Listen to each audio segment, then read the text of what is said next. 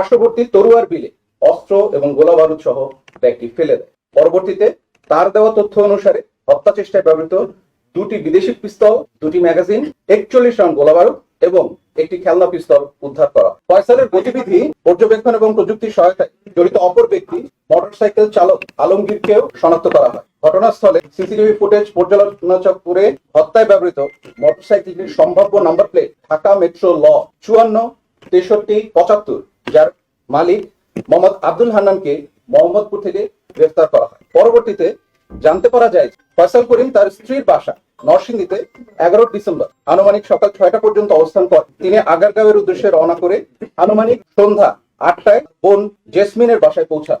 পরদিন 12 ডিসেম্বর ভোর 5টায় আগারগাঁও থেকে ফয়সাল করিম ও তার সহযোগী আলমগীর গ্রিন জোন রিসোর্ট এর উদ্দেশ্যে উবার যোগে যাত্রা করেন এবং আনুমানিক সকাল 5:30টায় গ্রিন জোন রিসোর্টে উপস্থিত হন। আগারগাঁও থেকে রওনার পূর্বেই ফয়সাল তার বান্ধবী মারিয়াকে ভোর 4টায় ওই রিসোর্টে উপস্থিত থাকার জন্য বলে। তদন্ত সূত্রে ডিসেম্বর 2025 তারিখে উবার চালক ও গ্রিন জোন রিসোর্টে বয়কে জিজ্ঞাসাবাদের মাধ্যমে মারিয়ার অবস্থান শনাক্ত করা হয় এবং আনুমানিক 2টার দিকে বাড্ডা এলাকা থেকে তাকে গ্রেফতার করা হয়। গ্রেফতারকৃত মারিয়াকে জিজ্ঞাসাবাদে জানা যায় ঘটনাটি সকালে সেখানে সহযোগী আলমগীরের সাথে ফয়সাল করিম প্রথমে মাদক সেবন করেন এবং বিভিন্ন বিষয়ে আলোচনার মাধ্যমে তার পরিকল্পনার কথা উল্লেখ করেন, যার অনেক কিছুই মারিয়া শুনে থাকে।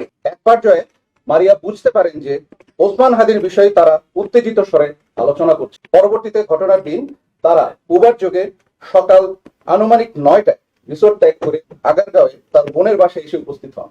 উক্ত বিষয়টি গ্রিন জোন রিসোর্টের সিসিটিভি ফুটেজ পর্যবেক্ষণের মাধ্যমে আমরা নিশ্চিত হই। এক্ষেত্রে গ্রেফতারকৃত মারিয়ার দেওয়া তথ্য অনুযায়ী ফয়সালের স্ত্রী শাহেদা পারভিন সামিয়া এবং ফয়সালের শ্যালক ওয়াহিদ আহমেদ শিপুর অবস্থান শনাক্ত করা হয়। পরবর্তীতে 13 ডিসেম্বর আনুমানিক দুপুর 12টার সময় শিপুকে নরসিংদী হতে গ্রেফতার করে র্যাপিড অ্যাকশন ব্যাটালিয়ন। গ্রেফতারকৃত শিপুর দেওয়া তথ্য অনুযায়ী 14 ডিসেম্বর সকাল 6টায় ফয়সালের স্ত্রী সামিয়াকে নরসিংদী হতে গ্রেফতার করা। 15 ডিসেম্বর আগারগাঁওয়ে উপস্থিত ফয়সালের বোনের বাসা শনাক্ত করে ওসমান হাদিকে হত্যা চেষ্টায় ব্যবহৃত দুটি ম্যাগাজিন, 11 রাউন্ড গোলা বারুদ, বিপুল সংখ্যক চেক এবং অন্যান্য আলামত উদ্ধার করা হয়। সিসিটিভি ফুটেজ বিশ্লেষণ এবং উপযুক্ত প্রযুক্তির মাধ্যমে মোহাম্মদ কবিরকে ফয়সালের সাথে ইনকিলাব কালচার সেন্টারে উপস্থিতের বিষয়টি নিশ্চিত করা হয় এবং পরবর্তীতে তাকে 15 ডিসেম্বর দুপুর 1টায় ফতুল্লা থেকে গ্রেফতার করা। গ্রেফতারকৃত ফয়সালের স্ত্রী সামিয়ার তথ্য অনুযায়ী গত 16 ডিসেম্বর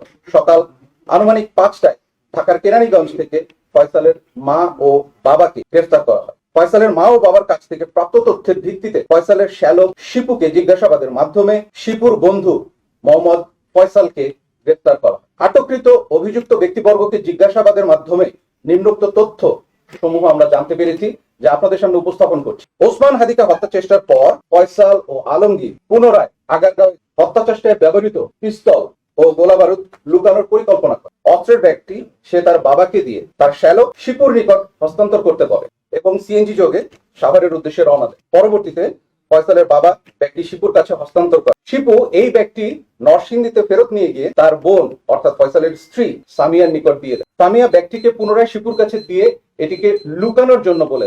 পরবর্তীতে শিপু তার বন্ধু মোহাম্মদ ফয়সালকে বাসায় ডেকে সেই ব্যাগটি দিয়ে দেয় গোপন করবার উদ্দেশ্যে। মোহাম্মদ ফয়সাল তার বাসায় ব্যাগটি রাখার পর সোশ্যাল মিডিয়ায় দেশের সার্বিক পরিস্থিতি দেখে ভীত হয়ে পার্শ্ববর্তী তরুয়ার বিলে অস্ত্র এবং গোলা বারুদ সহ ব্যাগটি ফেলে দেয়। পরবর্তীতে তার দেওয়া তথ্য অনুসারে হত্যা চেষ্টায় ব্যবহৃত দুটি বিদেশি পিস্তল, দুটি ম্যাগাজিন, 41 রাউন্ড গোলা বারুদ এবং একটি খেলনা পিস্তল উদ্ধার করা। র্যাবের মূল লক্ষ্যই হলো অপরাধ নির্মূল করে একটি নিরাপদ, শান্তিপূর্ণ এবং সুশৃঙ্খল সমাজ গড়ে তোলা।